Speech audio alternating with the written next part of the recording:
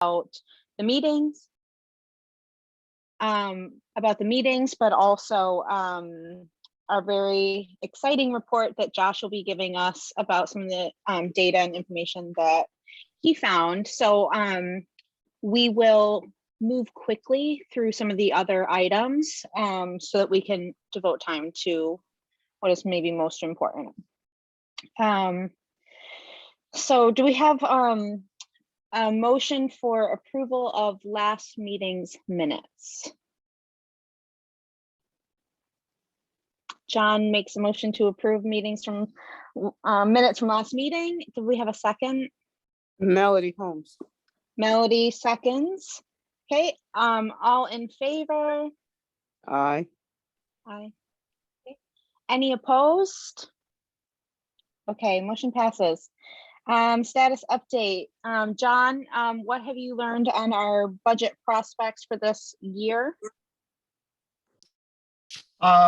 Real quick, I asked Nader if he put our budget proposal into his budget.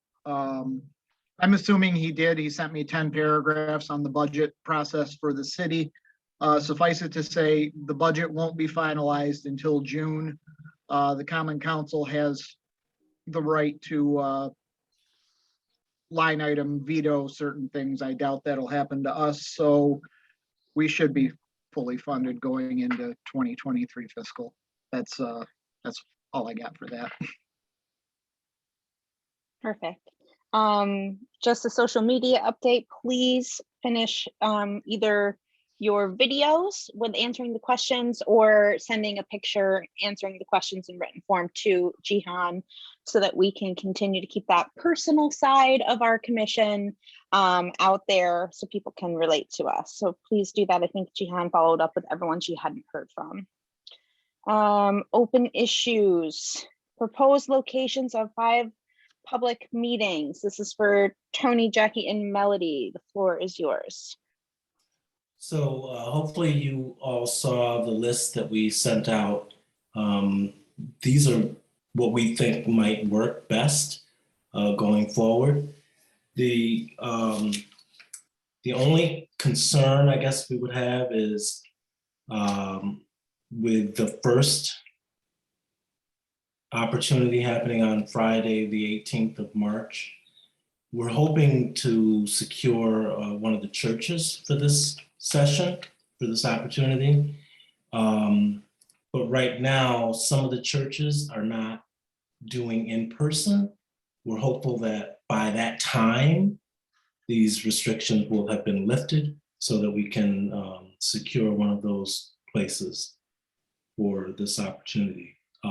Other than that, I guess we would just ask, does anybody have any questions? We can explain why we selected what we selected.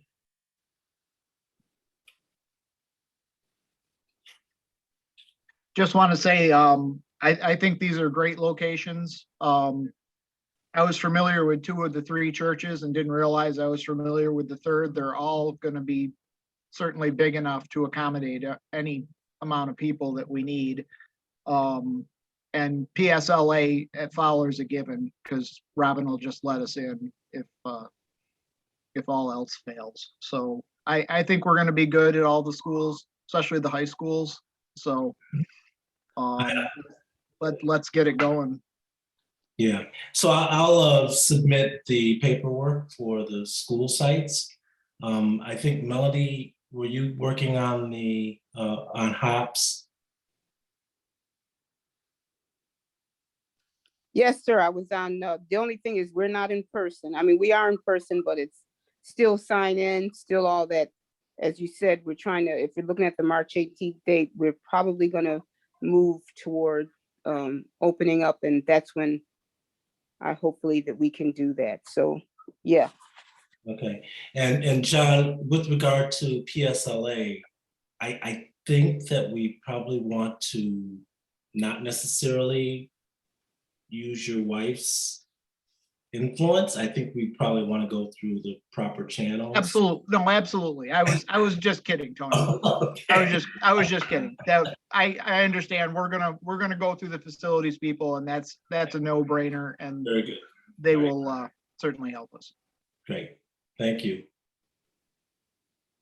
Is there a cutoff, Tony, or Jackie or Melody, for if we don't hear about in-person AdHops by a certain day, then we book somewhere else so that we can start advertising where it will be, especially since it's our first, it's a earlier meeting.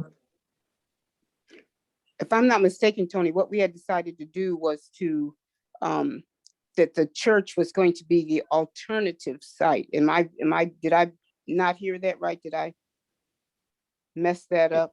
Yeah, I think you did. I think we were hopeful that a church site would be for that first session. And Okay, so with that being said, no, to answer your question, Molly, I did not, I thought, okay, maybe I thought that the school was gonna be the alternative site if the church wasn't open.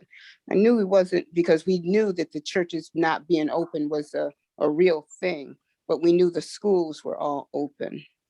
But we wanted a church, so I guess I just flipped that script a little bit. that's okay. So, Mhm. but could you just talk with the folks at Hops and see if tentatively that's a possibility, and then that way, if they say, well, no. If they Well, I say, can't give anything for March. I'm gonna be honest with you. And I'm the person at Hops. I'm the trustee. So I would be the individual that will let you in. And I can't do anything to tell you that that's the way it's gonna be, simply because we don't know what the CME denomination is saying.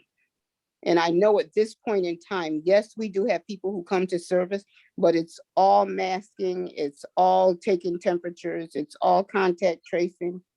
I don't know if we had said that we wanted to do that if people Okay. came in for this.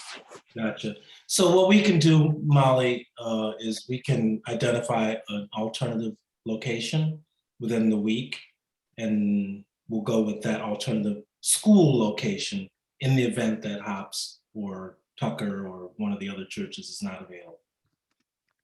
Will that Okay. work?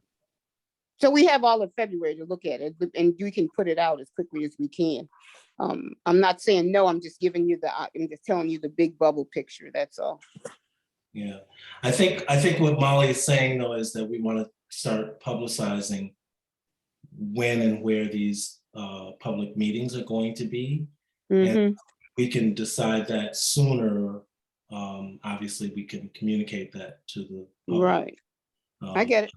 So if you know now that you're still virtual, We're and- hybrid, but it's not, and I'm saying this, okay, right now we're hybrid, but at Hops, maybe we get between 10 and 20 people per service. understood. Okay, who come in. If we're looking at a sizable amount of people, because Hops can hold up to 700, if we get the size amount of people, we're still doing contact tracing, and I mean, the signing in, that's gonna take some time. Sure. Are you following me? You just don't walk in. Right, no, I understand. So Mhm. what I'm suggesting though is that we probably back off from using Hops and decide a different location. I think that might be smart, and use Hops as an option, And- which is the way I thought it was. Yeah, and I'm suggesting that we'll do that within this week. Yeah, okay. Yeah, I'll get on that because I had saw Reverend Akins, but I knew we had talked about Hops. I didn't.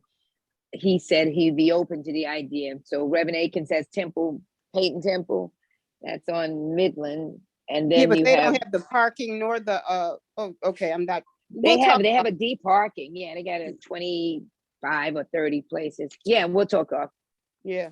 Mhm. So we'll get back to the commission on that. Sounds good, Tony. Jihan, I know you talked to Chief Schaaf about possibly getting security. What did he relay? So we'll have security. We won't have to pay for it, and he'll just try it out for the first 5 meetings, and after we'll see if we do need security for like the rest of them. Okay, great. Were we floating the idea, at least for the south side of Camp 315, because I really am in opposition to just, we have a complicated relationship, and any chief will know that as well. So can we, if he's willing to ask at least from Camp 315 and get the same deal, if that's the case, they don't want to pay, but I don't know about north, south, north, east, or west, but I know the south side.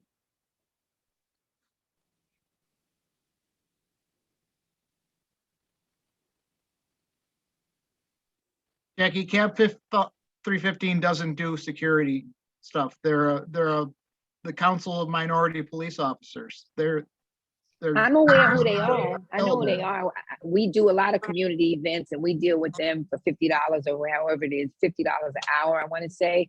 But if we want to have community buy-in, let's not act as though we don't have issues over here. And so they may not do it, but I was under the impression that I did speak to somebody. I keep saying 315, Camp 415, sorry. But yeah, me too. I'm sorry. Yeah, sorry. And so can it Wally be Howard's badge number? Yes, he explained that part. So now can we look at just some funding if it's for, what is it going to go, 2 hours or something? Because we want to look like the community we're coming to, not just say, okay, well, this is what we think of you. We're a little leery that something could happen over here. And so we have, officers who don't necessarily interact with us on a regular basis now in these meetings. It didn't go well before when it happened, and that was during the summer.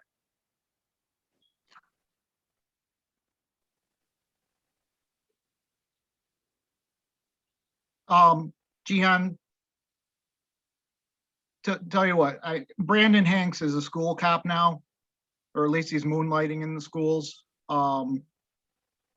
Either I can talk to Schaff or you can reach back out to him and just request Brandon to come do it. I think he's been transferred to community policing or the schools. My wife just saw him the other day at school. He was being the school cop, so he'd be perfect. He loves Syracuse. Everybody knows. So we'll reach out and try and get him to be the person at our meetings. How's that? That sounds good to me. Okay, fair compromise. Good. Talking points for interacting with media and community. I think Graham and Babette were working on this. Is there any updates? Babette's not here, but Graham, was there anything on your side, or also Jihan? I think they've been communicating with you as well. Yeah, we worked up an FAQ, which is not exactly talking points, but it does give something to start with. Okay. We sent it back and forth a couple of times and had some drafts. So that's sort of step one. We're not really there yet, but we are still working on it. Okay. And we'll turn some of those FAQs into posts for social media, put to our website, and maybe that will be the start of some formal talking points for when we are speaking to press or just even informally. Okay. So that is Molly, could I jump in? the, So one of the things Tony? that came up last time, was the possibility of putting an op-ed in the paper or Syracuse.com. Yes. So I don't know if that goes in this bucket or as well, or if it's on your list. It's definitely something we should check in on. I think Tony, you had said that you were working on an op-ed. Any status updates? Oh, look at you. Yeah. So Jeff and I have just only recently been going back and forth. So I have a draft. It's almost complete. I hope to get it to him in the next day or so that he can give me some feedback and we'll go from there. The reason that occurred to me is that those are, in my mind at least, basically the same thing. The talking points and the op-ed are, Right. going to push a lot of the same buttons. So I don't want Are to they duplicate going to too much effort. Are they going to be optional to the other outlets? We discussed that in our meeting. Tony, remember? Yeah, it's on the agenda. Oh, okay. And I was just asking Molly if we could go just before Josh, because I think we would be quick. If Josh's is more for discussion, I don't know. Is it? I think that as long as it's very, very quick, because I think that would be fine. And then we can just like end with everything with Josh then. So if that makes, if you feel like you can be concise, yeah, absolutely. I think we can. One of the Okay. things that we were talking about is we were trying to figure out the locations for some of these first 5 meetings, is that we feel that there are going to be certain sides of the city where involvement is at a high level, just because it just always is at a high level. I believe that on the east side, in District 5, we will probably get a decent turnout. But we're not as optimistic about that for, let's say, District 4. And so we think that the community outreach, the communications with different parts of the city need to be different. They don't, it's, you know, an op-ed is not going to be an enticement for somebody necessarily in District 4 as it would be in District 5 or District 6 or 4 or 3, excuse me. So we were thinking that perhaps it would be helpful and advantageous if we could reach out to some of the local radio and TV personalities like a George Kilpatrick. There's Cora Thomas has a radio show that we think would be really helpful for the certain parts of the city. There's Urban News, People's AME has a communication that they put out. And we were also thinking about like Spectrum's community calendar. You know, some people do look at that. So it would be trying to reach people that don't necessarily go with the standard ways of reading or seeing something to be engaged, if that makes sense. I think that's a great idea and it makes perfect sense, honestly. Melody or Jackie, do you guys have anything to add to what I just said? No, I think you handled that well. The only thing that I think that we mentioned, or maybe I said it in my head, is Maria Maldonado. Even though she works for the city, she does have an I Know I Can radio that's very different, that's very open, and yet even though she's employed, it's very separate and distinct, and it specifically reaches out to a segment of the community that's interested in music, that she's Spanish speaking, a few other things. It's well worth it. Maria doesn't work for the city anymore. Oh, well, great. Yeah, so she's good. I think she does. I think I'm talking to Maria with the city, but maybe it's someone else. I thought she still worked, but if she didn't, that's good. Department. I think she went to Center State or something. It's like a quasi government. She's not the chief of staff for the deputy mayor anymore. But that's okay. So what the point is that we think that we should try to use some of these other avenues, and we could work with Jihan, I guess, you know, others who are interested to try to secure these opportunities. And the FAQs, the op-ed, those would be things that we would actually need to be able to follow through on some of these opportunities, if that makes sense. I don't know if this is an appropriate vehicle, but the Ivory Tower show, weekly show that discusses sort of, you know, political issues, they might be interested in what's happening here in contrast to what's happening everywhere else. And there might be a segment that we could encourage them to devote to that or not. I don't know how to have access to their agenda. Right. That's a thought. We can discuss that at our meeting. That's a thought. I wrote it down. Thanks, Bruce. Is And there a then way- Peter Sarver, you know, Peter Sarver does that Citizens Unite. Is it Citizens United? They reach like all of the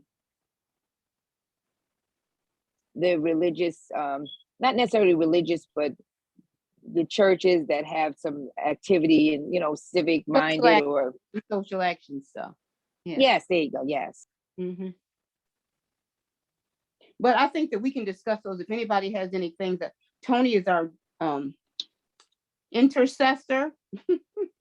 So if anybody wants to put anything forward, to send it on to him and then we can discuss it at our meeting. Maybe we can have a folder in the drive for like the different, radio shows or publications, and just so we have like a compiled list and people can add to it. And you can even kind of put like your name next to it if like you would be interested in being the contact for that.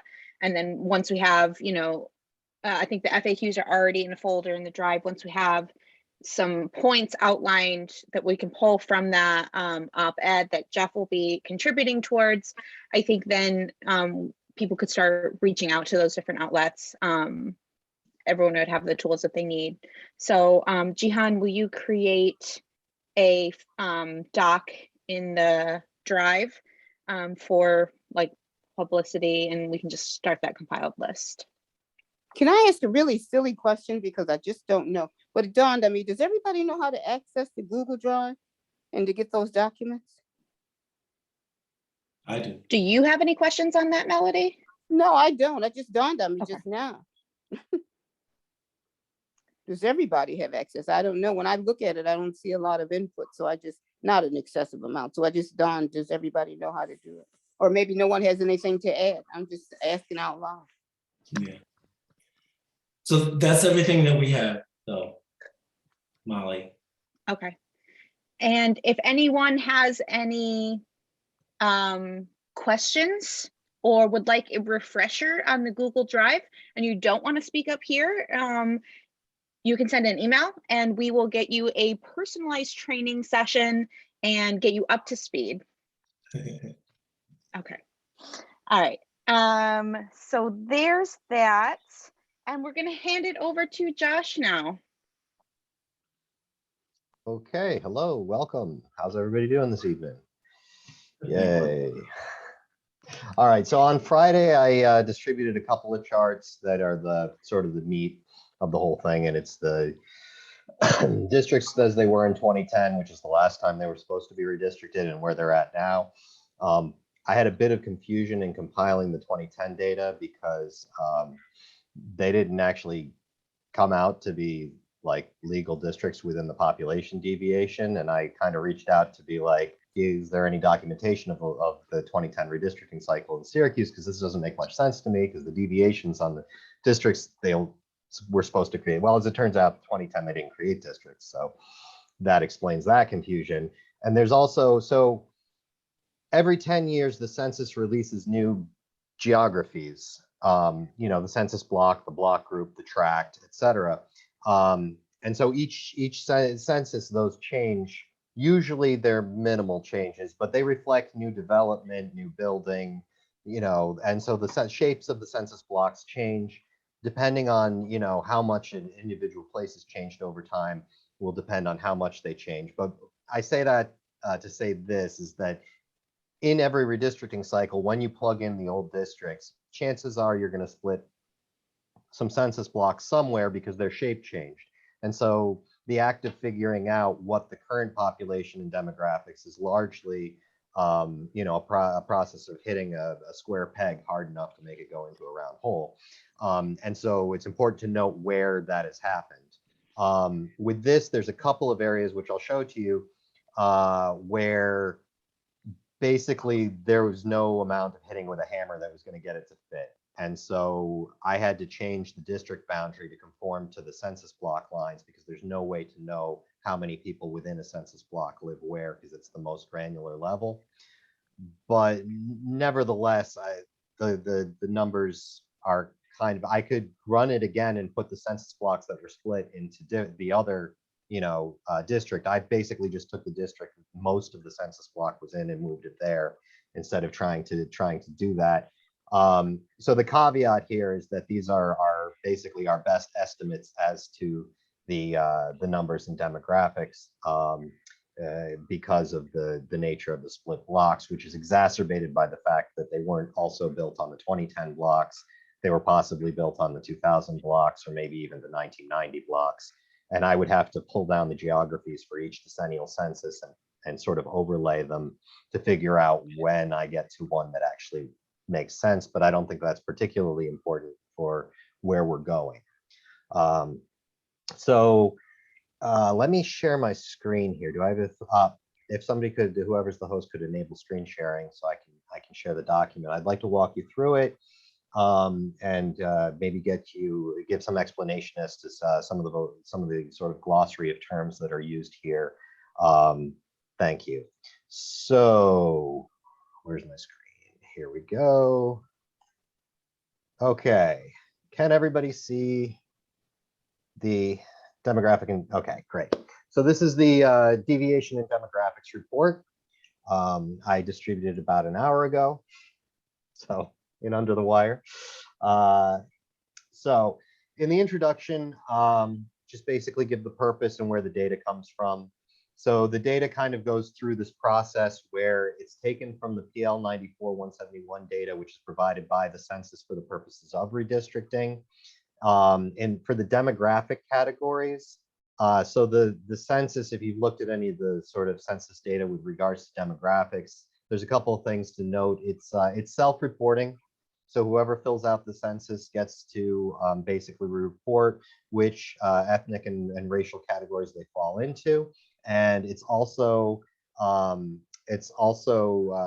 inclusive. So more than one selection can be made. And in fact, one of the interesting things about the 2020 census is more than any other census that's ever been taken, more people are identifying with multiple racial or ethnic categories there.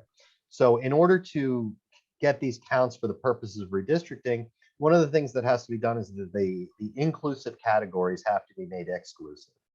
Otherwise, your population numbers don't. So if, for instance, an African-American Hispanic or a Black Hispanic identifies in both of those categories, you can't count them as one person in each of those demographic categories because you'd be counting one person and making the two. So the Department of Justice in 2001 came up with basically the guidelines on how to take this redistricting data and to create exclusive categories. So basically that's what these are, and I'm saying which fields were taken. The total population field is the total population.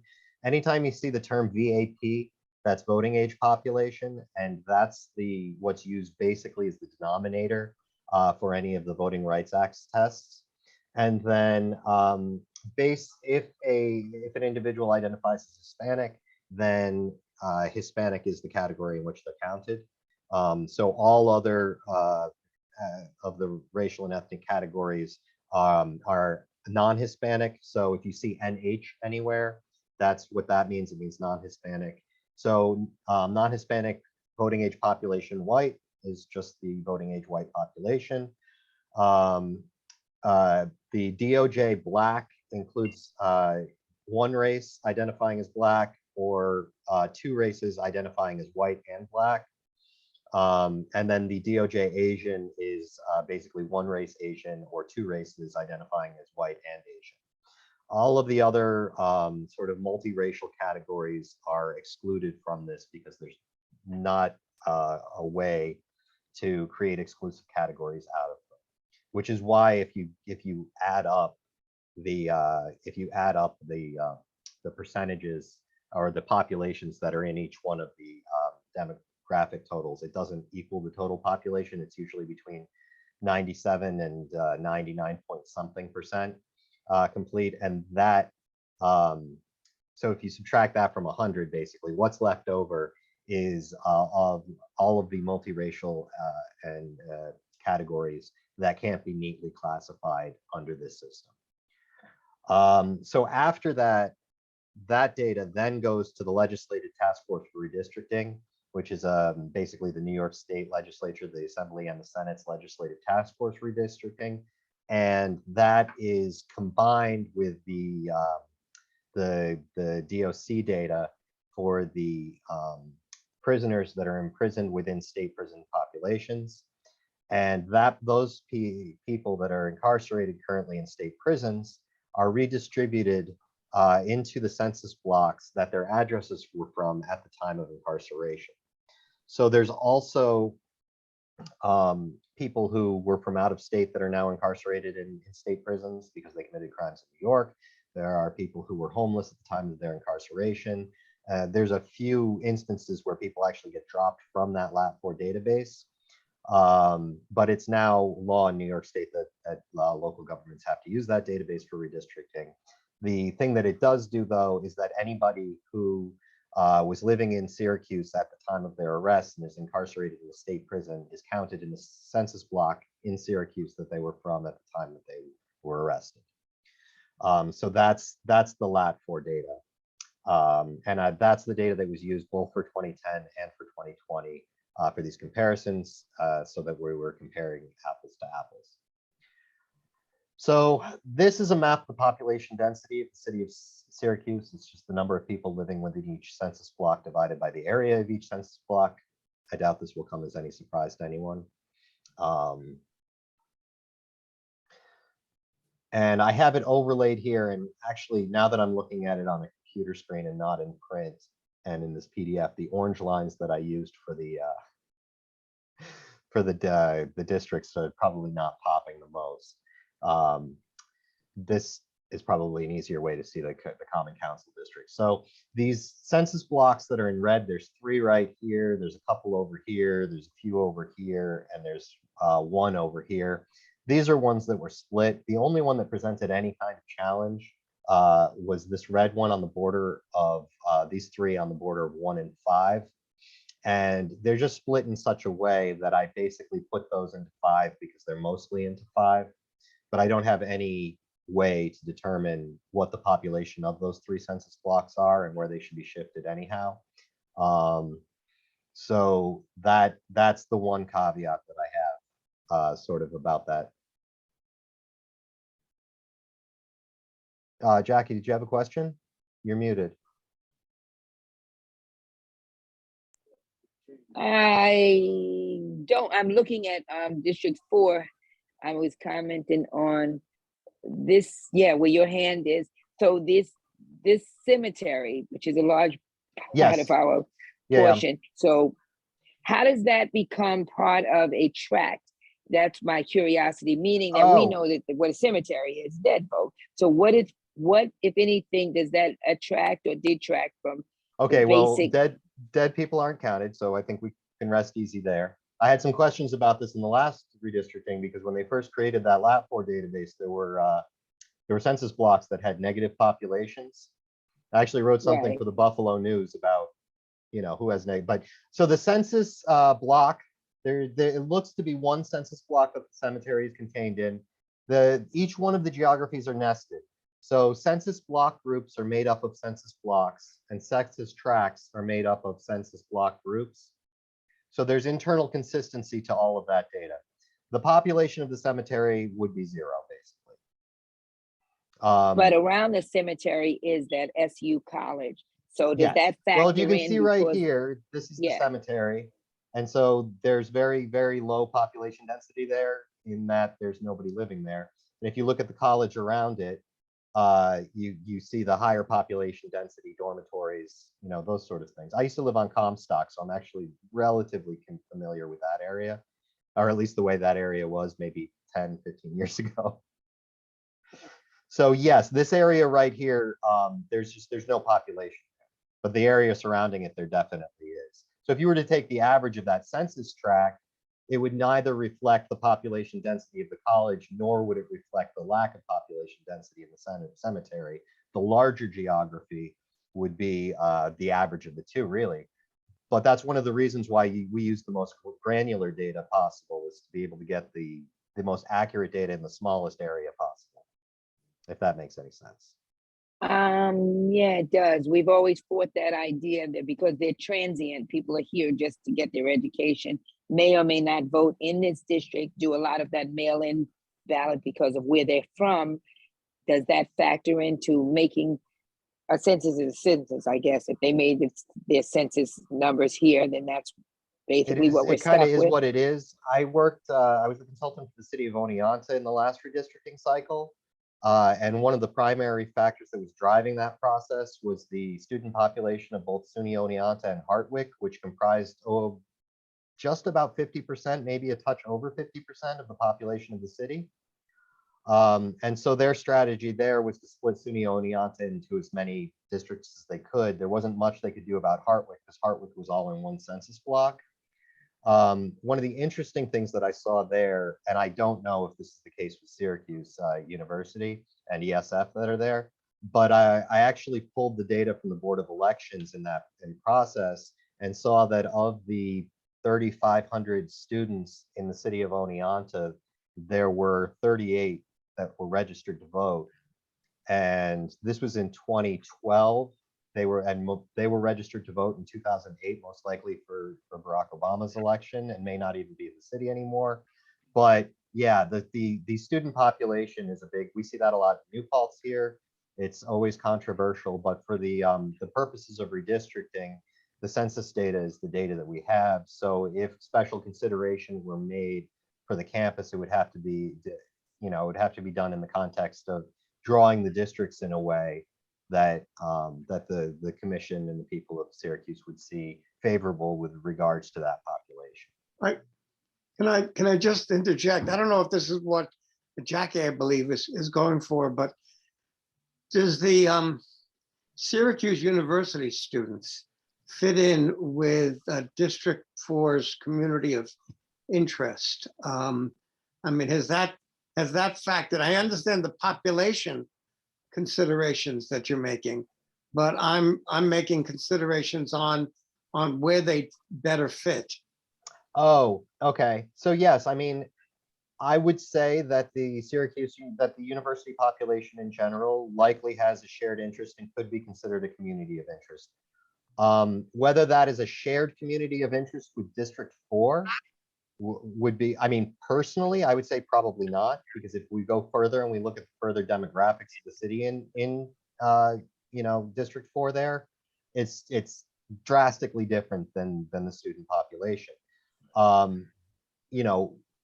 How that would be, addressed within redistricting and where that community of interest would best fit is a very good question. It's not one that I have an immediate answer for. But I mean, I definitely, I think that we're all familiar with the demographic differences of the Syracuse University area versus the area that immediately surrounds it. Josh, there's one point that should be made, and that's the consideration of communities of the values that are considered as you go forward making these districts are rank ordered in a hierarchical fashion in the state law. So consideration of communities of interest, like the ones already mentioned in this conversation, occurs after considerations of what state and federal and state law requires. And there are even other intervening values that must be given consideration. Yeah. So as you go along, you'll get a chance to work through that, but you can't put communities of interest at the forward as a priority. Josh, I just want to, before you get too far, I want to bring up just one little point for the future. That census block, you got split between 1 and 5 there. Yeah. In the next probably 15 months, a 120 bed homeless shelter is going to be built in the area of that census district that's actually in District 1. So. Okay, so this edge of it? Right there, yeah, right on Erie Boulevard. The Oxford Inn is moving up there because they're getting kicked out of downtown. So they'll be moving from District 4 to District 1. Just okay. Not for any other reason, just want to let you know. That's definitely something to keep in mind when some of this comes into play. Okay, so let's see. Yeah, there's the split census blocks. And then we get into the 2010 and the 2020 data. Ironically, if we look at the 2010 data, there were actually more of the districts that were beyond the acceptable deviation than there are today. It's the way that turned out. But in general, I mean, the sort of broad brushstroke stories that are here is that the city of Syracuse has become more diverse. The population has grown, albeit slowly, and that's really the two large takeaways that I see here from this, and that it's become less white and more Hispanic, Black, and Asian. I ran the numbers for Native American and Hawaiian, and I actually did a map of the Native American population of Syracuse because I was curious with the reservation so close to the south of the city, if there were enclaves or pockets, and I didn't really see anything there. I'll get into that a little bit later. It's not that they don't exist, it's just that from this data level, there weren't any immediate, areas that popped out of me as like a Native American neighborhood or something like that. That doesn't mean they don't exist. It means that I'm not seeing them in the data. So this is the Hispanic voting age population as a percentage of the voting age population. And the big takeaway that I see from this map is that it seems like there's a strong concentration in the current Common Council District 2 of Hispanic population neighborhood over here. I haven't done any Voting Rights Act tests, so I can't tell you how many majority minority districts can be created at that time. That's the next step for me. But one of the things that I'm doing here is just trying to give a data overview of what the census data for the city says and pick out some potential areas of particular focus for the Voting Rights Act tests and potential communities of interest further down the line. Hey, Josh, this is Babette. I have a quick question for you. And Sure. I'm hoping that maybe Anthony Tolbert can kind of weigh in on this. When I worked for the district in funded programs, I worked for several years on the Bureau of Indian Affairs education grant that the district got. Mhm. And what we noticed is that there were a lot of indigenous folks who were living among the Latino population or Spanish speaking population. And a lot of them actually were identifying as Latino and not necessarily as Native American. Oh, that's very interesting.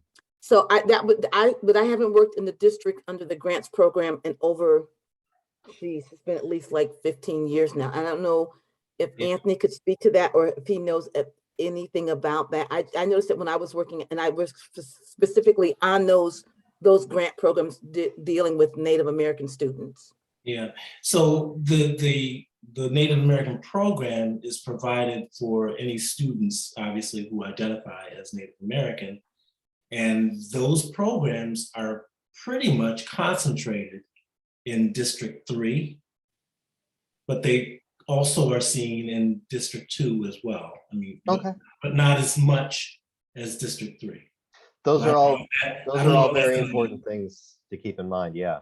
Say it again. I said those are all very important things to keep in mind. So I'm not sure. I mean, like that's, again, it's been 5 years since I've been in the district. Yeah. I think that that's probably bearing itself out now as well. So I mean, it would be something that I don't know. I mean, maybe we could just ask the district for that data. I mean, could we do that? I mean, I'm not sure if the data itself would be super helpful, except maybe to inform an outreach, sort of effort, to the Native American community. The numbers that I'm seeing, I mean, certainly wouldn't constitute, a majority minority district. I mean, but it would be important to know if there are neighborhoods or areas that strongly identify, as a Native American community to ensure that they're not inadvertently split by a line that's drawn because, just of lack of information. Yeah, I mean, again, the Native American program is offered throughout the district. So, I mean, but the numbers aren't, they're higher in District 3 than they are other parts in other districts, but they are. Babette, I'm sorry. Babette, you brought something up and I just had a curiosity question. The individuals that identified as Latino or Latinx in that section, did you ever get a beat on why they chose that identification? Did it have to do with the ability to vote or not to vote? So Melody, I was primarily dealing with students when I was working on those grant programs. Okay, so they weren't age eligible. Okay. They weren't, but it was just really, I think, as we were, talking to the kids, because they are, it was funny because we would look at their enrollment and it would have, in Native American on it. But then when we would go and talk to the kids to do the interviews for the programs that they were in to get the data, they were Mhm. they were identifying as Latino, and I was like, and I used to do a lot of the one-on-one interviews for these grant programs. And I used to be like, well, why are you identifying as this? And the kids were just like, because it just helps us fit in on this, Mm. and it was a Okay, largely all right, Latin okay, Latin all right. neighborhood. Yeah. Okay, because I took it one step further, you know, from all those years working for the state, I just took it one step further and say, so that mean that their parents voted, or, you know, I just went further than necessary. So thanks a lot. Yes, ma'am. Okay, so here we have the white voting age population as a percentage of the voting age population. Again, I don't think there are any, you know, huge surprises here. And this is the black voting age population as a percentage of the voting age population. So distinctly, you can see that there are two African-American communities, you know, immediately that jump out in districts 3, 4, and then another sort of along here in 5. Or at least areas that I don't know, communities is something that people that band together, common interest and self sort of determine. But I would say if I was looking for areas with the Voting Rights Act, you know, compliance, to pay particular attention to, this area right in here in 3 and 4, and this area here in 5 would be one that I would definitely pay close attention to. And that seems historical to me. Like, Yeah, I mean, well, clearly, like you know, it's always been, you know. yeah, well, here there's clearly the Great Wall here in the center of the city, and I'm not sure what, you know. Yes, the historical, probably, you know, urban renewal, housing projects, those massive, you know, sort of efforts to, you know, sort of concentrate poverty and those sort of things. In District 5, that's over by H.W. Smith School. Yeah. And there have always been a large number of African Americans. Okay. Blacks living in that. That makes a lot of sense. Yeah, I use the terminology sort of interchangeably, but black is what they call it on the census. So I've a tendency to use that when speaking of data. That's what I should have said. Yeah, I apologize for, you know, all the confusion. No, it's no worries. It's way too many choices, and now that's what makes it even more complicated. So. Well, I just don't want to inadvertently end up with a foot in my mouth, you know. Josh, could I ask a quick question before we go on to the Asian page? Yes. And you may not be able to answer this top of your head, but if we just drew a line around the dark green area that you see down there. Yep. Right. Yep. Is that basically a district worth of people? What's the relative size of that population? It's probably very nearly a district worth of people. I'd have to run the math. I suspect that there's a majority minority district that can be made from this, you know, population down here. Yeah. I'm gonna, once I start actually running those tests, I'll be able to give you a definitive answer. But I suspect yes. You know, how much of the lighter green area around it you'd have to pull in order to get that, you know, is going to be the question. And where you do that from, you know, if it's taken from more up in here, there seems to me to be a lightly populated, more commercial area that, you know, and over here there seems to be some distinct demographic differences, you know, in this section of 3 than there is in this section of 3. So, but I'll have a more definitive answer for you, but I suspect yes. Josh, I have a quick question. Sure. So we have a large number of new Americans that have come in the last couple of years, and there is a large group that lived in front of Dr. King's school, Africans, Somali Bantus, French Congolese, la la la la la. But there are also a lot that settled on the north side. Are they classifying Africans as Black? Yes. Okay. I mean, so long as the Africans classify themselves that way. There's not an alternative, you know, they may have chosen a multiracial, but I think that the full title is like Black, African-American, African, and Afro-Caribbean. Okay. So we are Arabic, because I'm wondering if Arabic they would be classified under Asian. Oh, okay.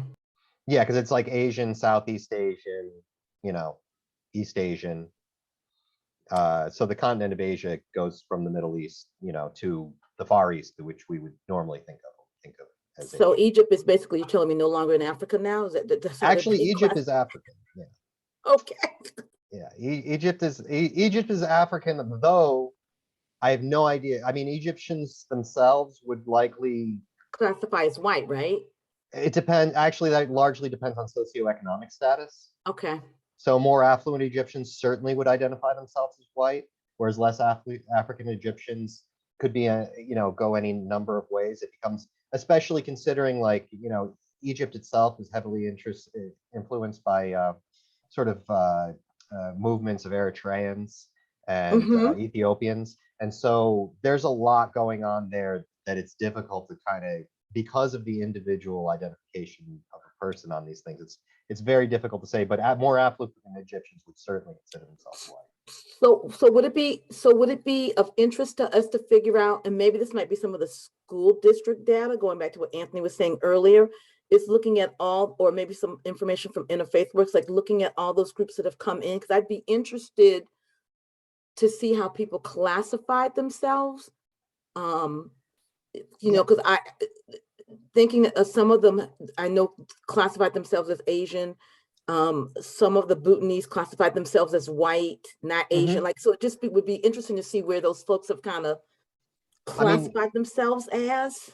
I think that any work that can be done to identify communities with shared interests, whether we go so far as to call them communities of interest or just be aware that this community is there, and neighborhoods, the more information that you can have there, the better the lines can be drawn and not split people, inadvertently or otherwise.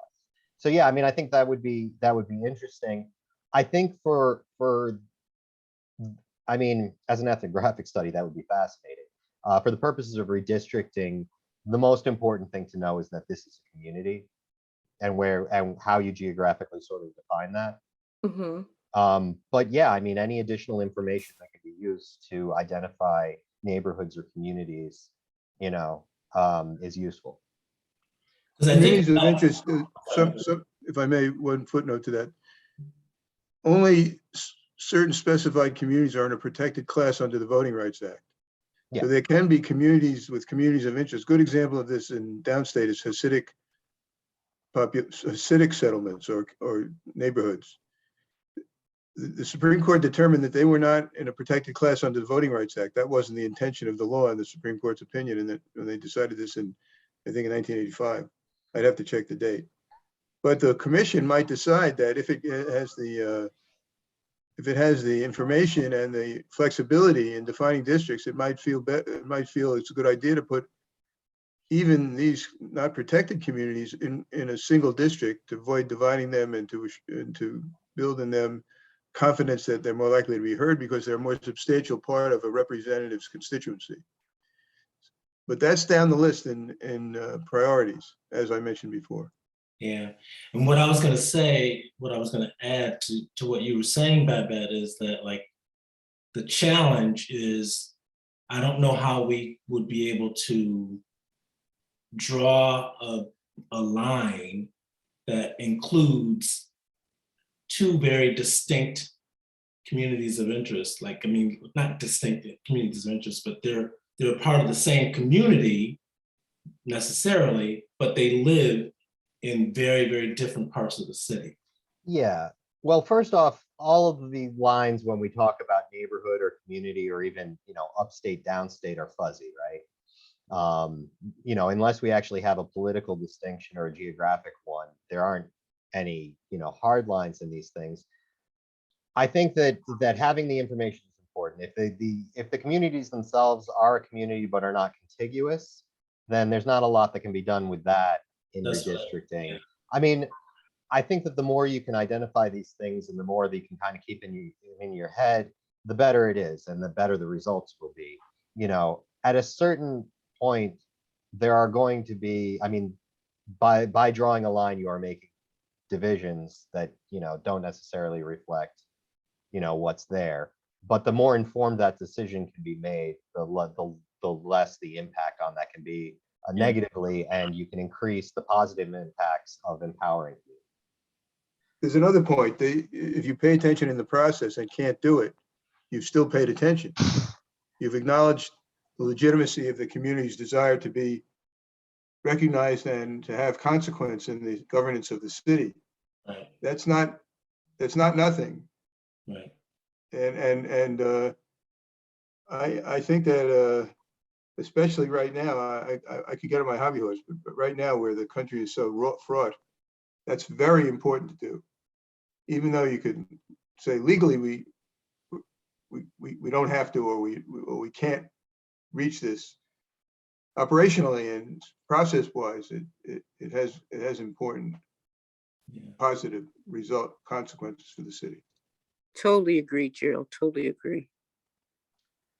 Okay, so this is the Asian population. And again, if I were to look at this, the one big takeaway I would have is that right here, kind of split between 1 and 2, appears to be a concentration. I don't think that the population of the Asian concentration here, and you know, I don't know these streets very well, or this section of the city very well at all. So I couldn't tell you if this is a, you know, a Chinese population or a Pakistani population, et cetera. Just that this is classified as Asian, but this certainly, you know, it would not constitute a minority majority district, but could certainly point towards a community of interest up here, if that makes sense. And then I looked at the median income, and basically it looks like the center of the city is pretty poor. And as you radiate out from that in 3 of the directions, it gets more affluent, and then to the south, it gets more affluent once you reach the very bottom of the city. Again, there was no surprises here. But I think, like, you know, important to sort of keep in mind socioeconomics as well as, you know, everything else. And then this was the Native American population. As you can see, it exists, and certainly there's, you know, you have some in 2, you know, and some in 3, and less in 4 and 5, and some in 1. But it seems to be relatively outside of District 4. And 5. It seems, well, no, this is in 5 up here. So outside of District 4, it seems to be relatively evenly distributed across the city. This is what I meant when I said that I couldn't pick out any single concentration. I can certainly pick out individual census blocks, you know, but not in the same way that with the Black population or the Asian population. And so this is something that I pulled down from the American Community Survey data. And this is the area of the city in pink here, or violet, depending on what your screen looks like, that you are most likely to find households that speak a language other than English at home, which would indicate these are the areas where you're most likely to see a relatively recent immigrant population. Now, I don't have enough information to draw any conclusions based upon this, but I think that it's A, interesting, and B, you know, B, it's probably useful, and there's probably some information behind this that kind of explains it. And so I don't have any specific recommendations about what could be done about that information at this time, but it's certainly something to sort of think about. And I would be willing to bet that you can make better sense of it than I can, just because you have much more intimate knowledge of the city than I have. Josh, how do we counter the argument when you were circling the Asian area of interest? You went over my house about 50 times. Now, if you were to take 10 houses in my neighborhood, 7 of them might be like mine, where it's 1, 2, or 3 white people living in those 7 houses. The other 3 houses have 15 or 20 Asian or African immigrants, you know what I mean? Mhm. So when we go present this as an Asian area, there's going to be seven homeowners who go, well, most of my neighborhood is white. You Well, know, that's not most of the. yeah, I well, understand. okay. I understand that's Yeah, not the case, Well, but that's the here's the thing: pushback is we're going to that get. our representatives and the one person, one vote standard is established to have equal representation of people, not equal representation of houses, not equal representation of streets, not equal representation of trees, the equal representation of people, and that's why the population numbers matter. Is that house that has 1 white person in it, that one, you know, is one person, and that house that has 15 Asian people in it, that's 15 Asian people. And our elected representatives represent us whether we can vote or not. They represent us, whether we're children or not. They represent, they are supposed to represent everybody. And so in establishing these districts and these boundaries, everybody needs to be considered, and houses don't get a vote. And Thank that's, you. That's going to have to be our answer to when those yeah, observations come up at our meetings, because that would be my answer. And it's, that's kind of like one of the fundamental principles of this country is that, our representatives do not represent landowners. They don't, they represent people. And I'm hoping that we've come far enough in this country that is an argument that resonates with everyone. Perhaps even a common shared belief. Perhaps. And Josh, when you look at that Asian map, Mhm.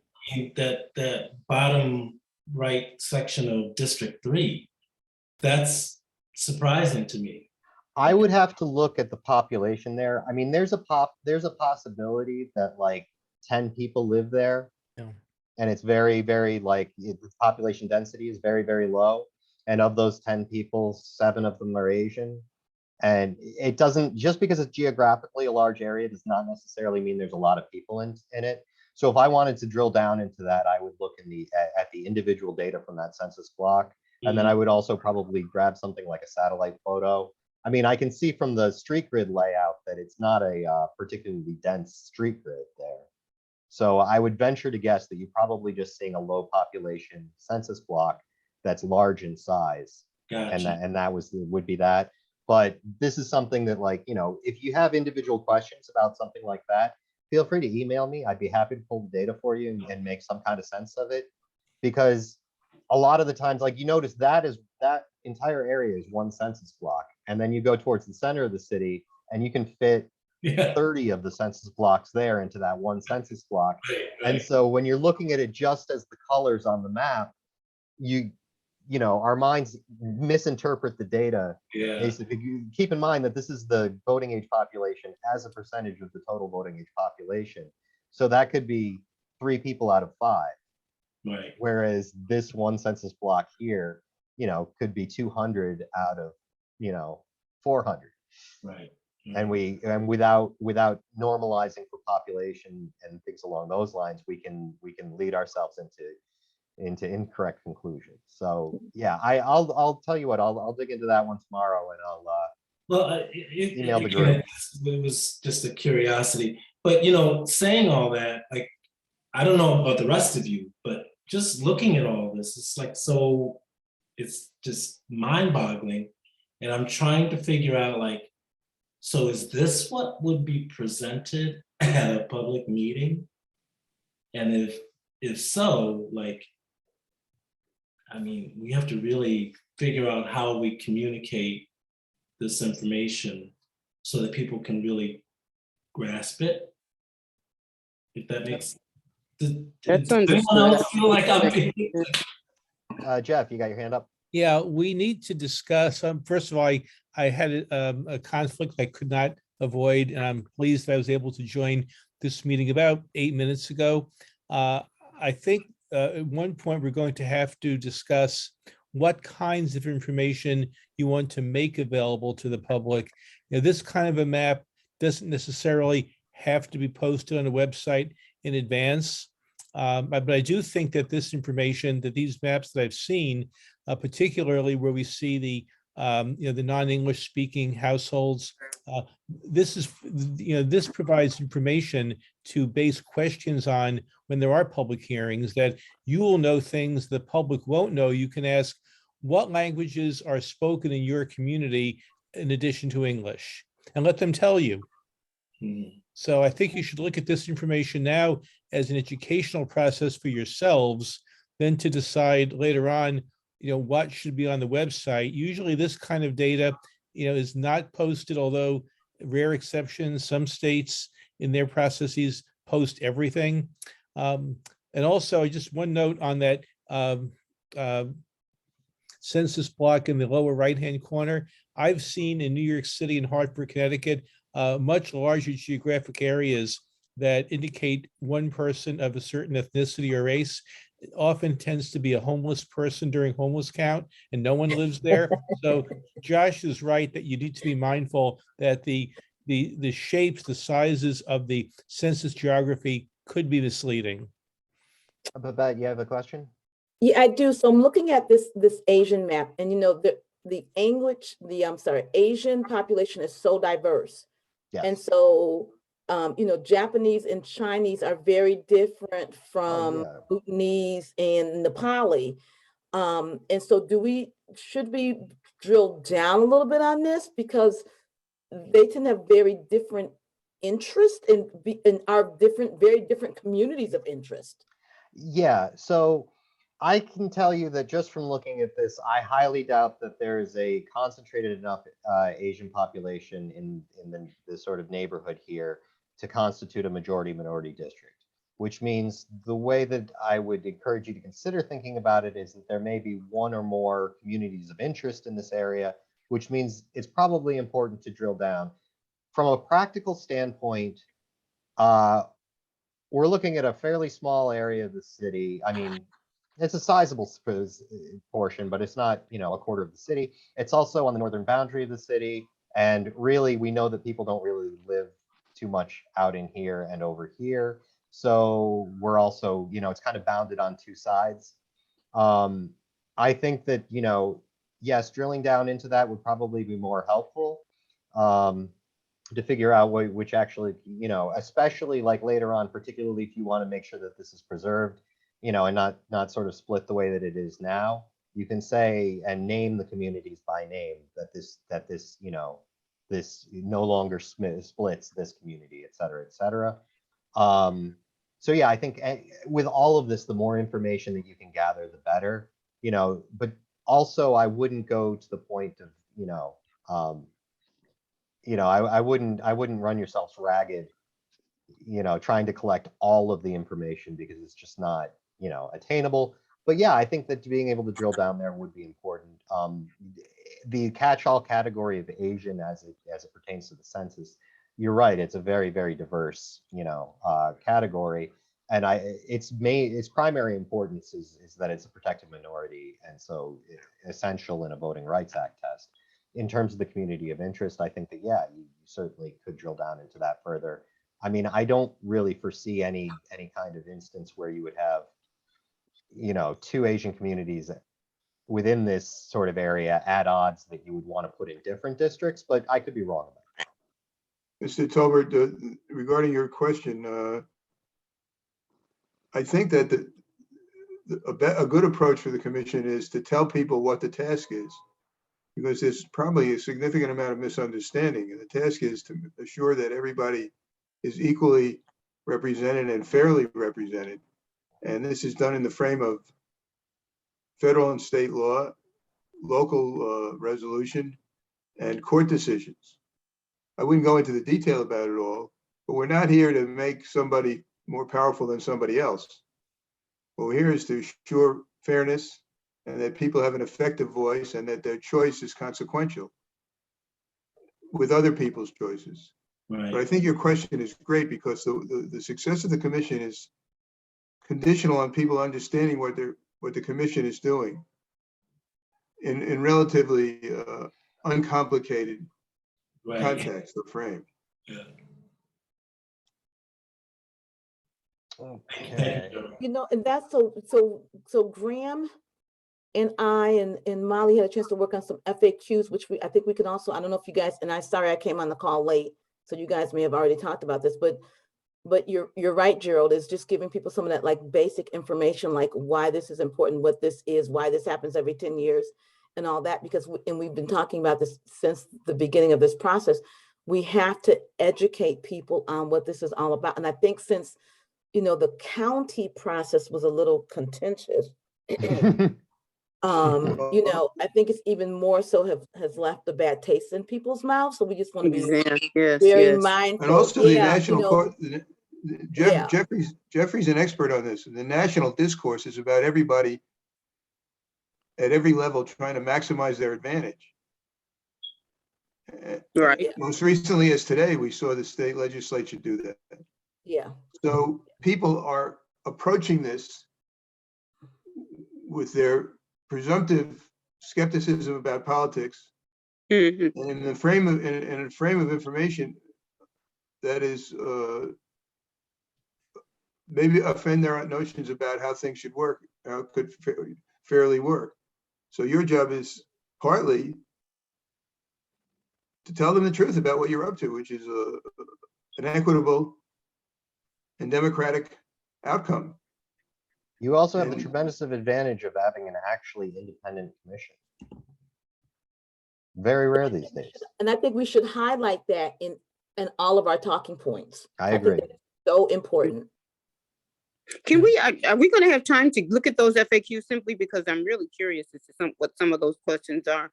This is Melody, just what some of those questions are, particularly because I'd like to see how they're worded so that we can look at, are we gonna get what information we're seeking? But that's just an aside. I don't know if you're done with your I have presentation. a few more pages of sort of maps and data to go through. And then I'll see, see the back to the chair and conduct. Don't business mean to how you rush see it. fit. Don't mean to No, rush it's it. quite all right. It's quite all right. I mean, you guys have this, right? So you have plenty of time to look at it, and I'm available to you to answer questions about it and those sort of things.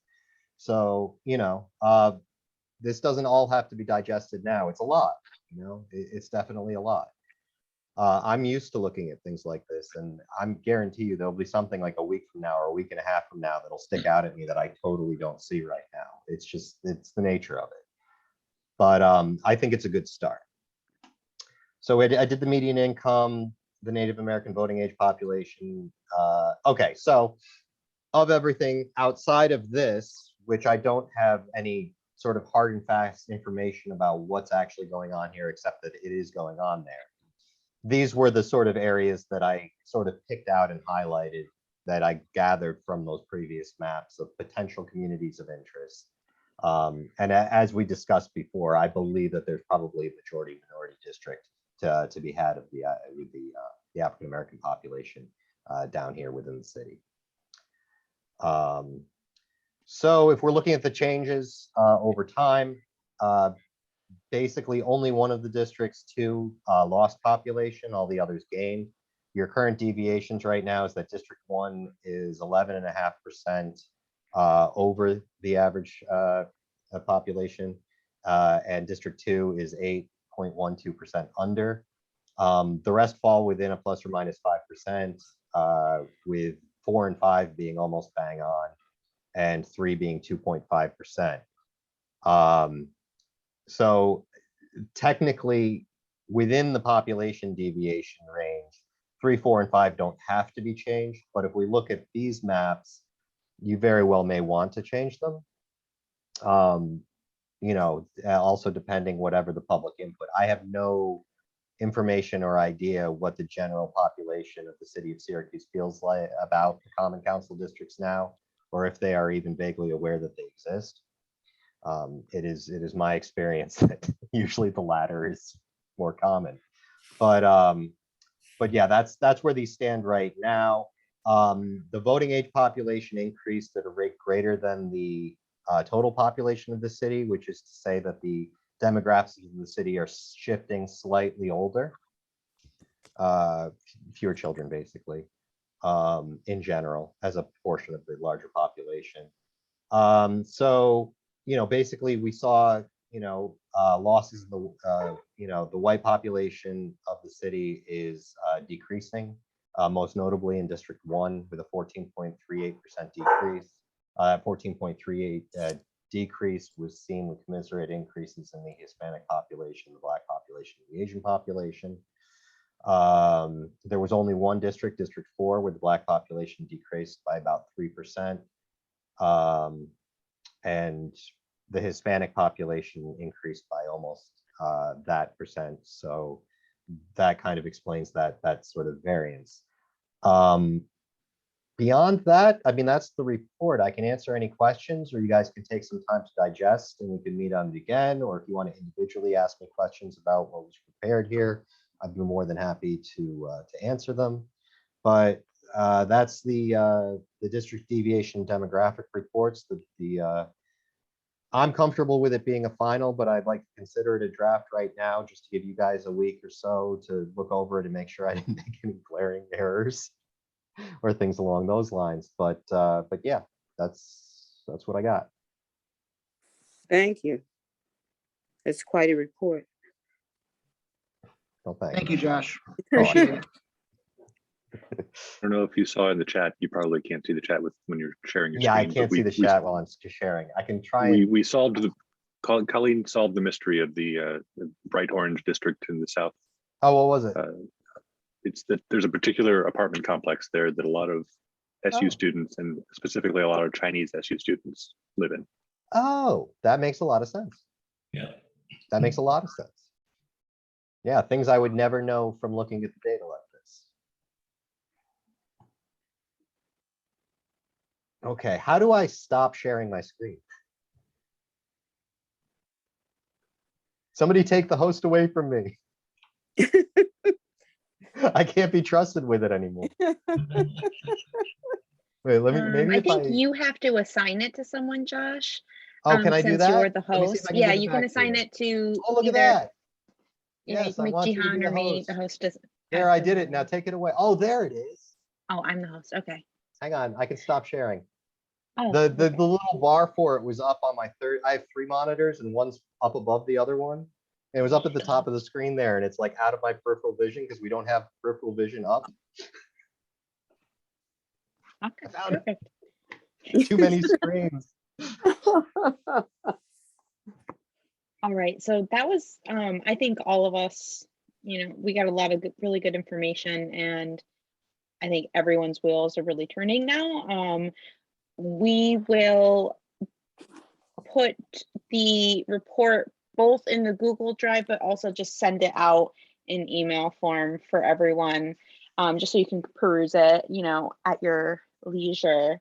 But definitely kind of go into it and look through that, because it's a lot of work put into that, and I think we're going to be facing a lot of these preliminary things that we're looking at on this. So definitely take the time to go through that, please, in the next week.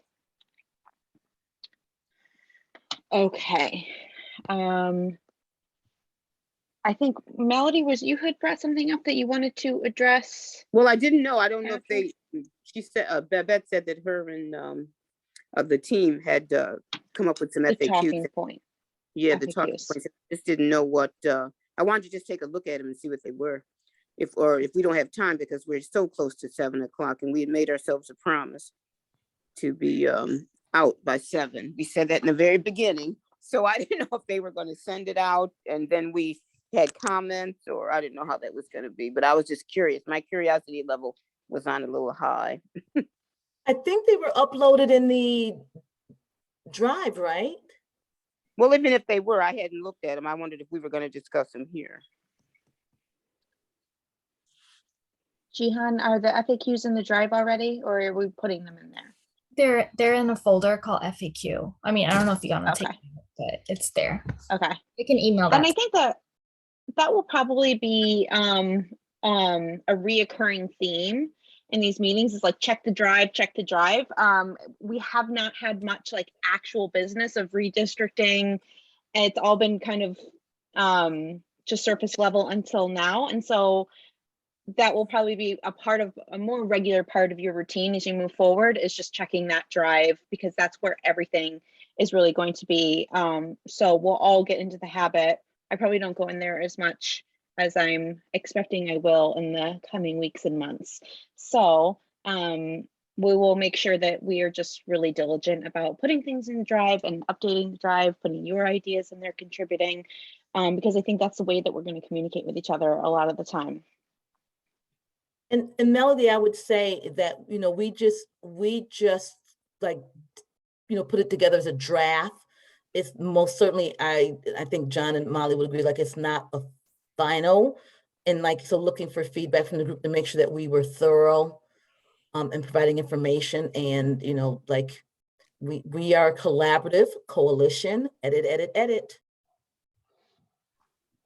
Yeah, and to follow on from Babette's point, also we were thinking, or at least I was thinking of this as like a page on a website or a series of tweets or Instagram posts or things like that. So this isn't really designed to be I'm going to have a conversation with someone at a public meeting and I'm going to read off this FAQ. It's really more of a 5 or 6 things on a website that we think people might actually ask frequently.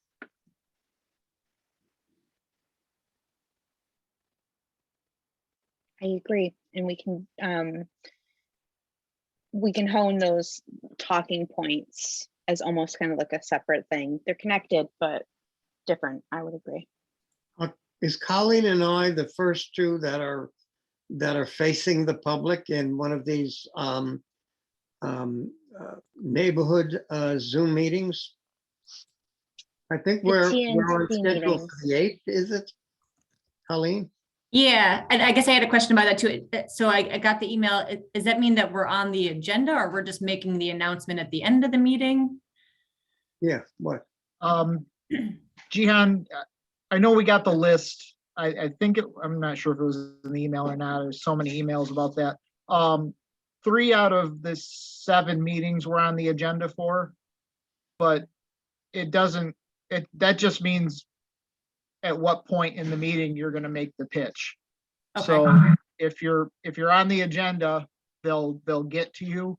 If not, then the last 5 minutes of the meeting is for community announcements, and anybody that's at the meeting can say whatever they want. Usually it's, somebody promoting their garage sale or whatever they got going on in their neighborhood.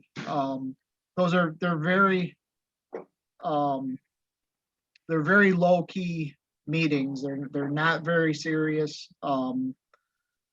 It's just a way for people in a neighborhood to get together and talk about their neighborhood and try and do good things for their neighborhood. I think it's the perfect outlet for us to promote our public meetings.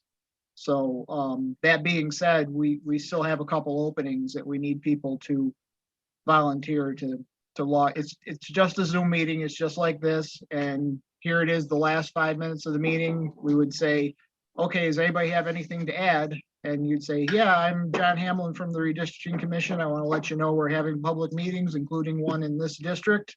We're redistricting the Common Council districts, and we hope you can attend and get a lot of good information and ask some great questions about redistricting.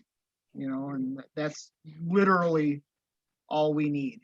But there's 8 different, well, I guess it's 7 now. There's 7 different TNT districts around the city. So this is our way to reach out to the neighborhoods.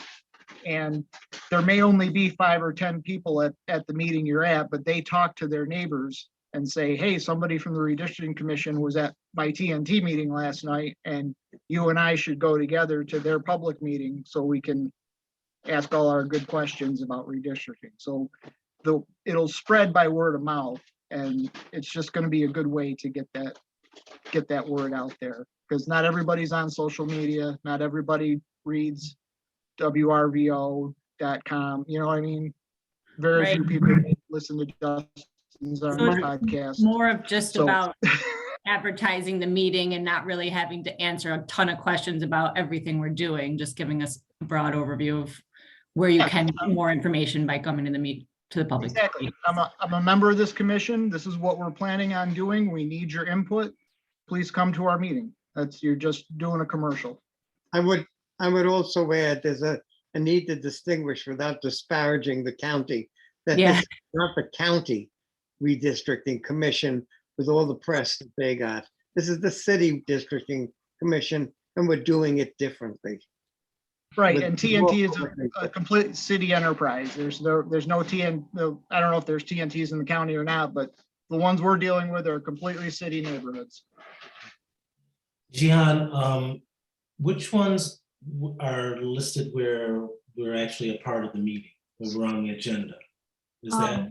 I can here? send it right now. No, I'll send it right now.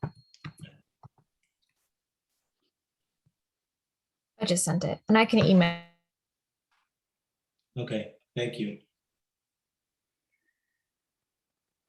So please get a hold of us if you would be willing to pop into one of those meetings. We have, worst comes to worst, we have a few people listed, like 2 people listed for several meetings. So we might have to just kind of spread it all out. So, you know, if you feel like you kind of want to grab the bull by the horns and, you know, kind of do something a little bit more active, here is your chance. Okay. Any other questions or concerns? Okay. This is, but I just want to add, Jihan is doing a really amazing job. Like we've been sharing some things, and just thank you, Jihan, for putting up with us and being with us.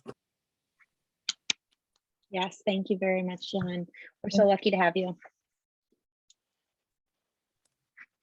Okay, beautiful. I have one So question.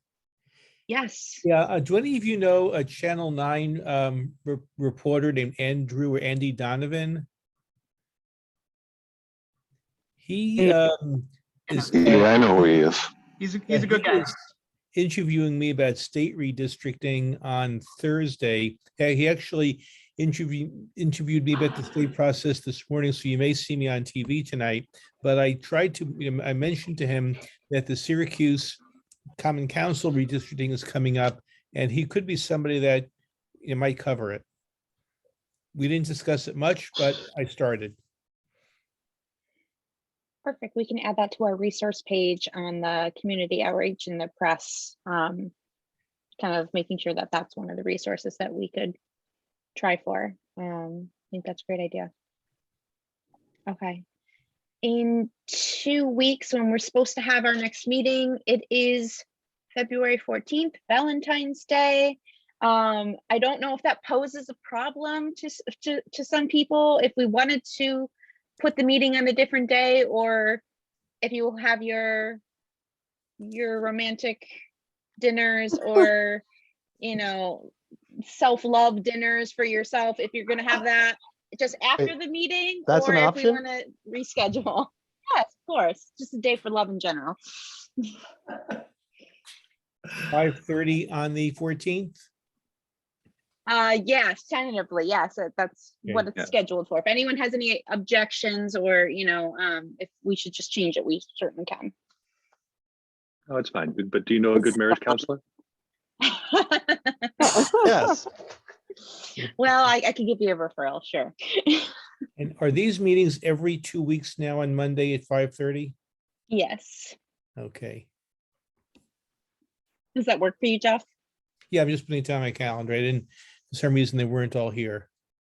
Okay. All right. Is there going to be a need for, is there going to be a particular need for me to be at that meeting? No, we know that you are only available certain Mondays. So Okay. this was a important one. We love that we got to have this report from you and have you go over it with us. So we know that you can't make it to all those Monday meetings, that you're limited on Mondays. Because now I have to schedule some self-love. So This is very important. Yes. That's everyone's homework. Okay. So no other questions or concerns? No, thank you. All right. All right. I will see you guys all in 2 weeks then. Remember to check the Google Drive. All right. We'll do Bye, that. everyone. Thank you. Bye-bye. take care. Been a Right. pleasure. Joshua, very good. I love that. I went to school for epidemiology. I was like so in it. Let me tell you. Thank you. I appreciate it. I like making pretty maps, so Yeah. I fell into a good job. Yeah. Okay.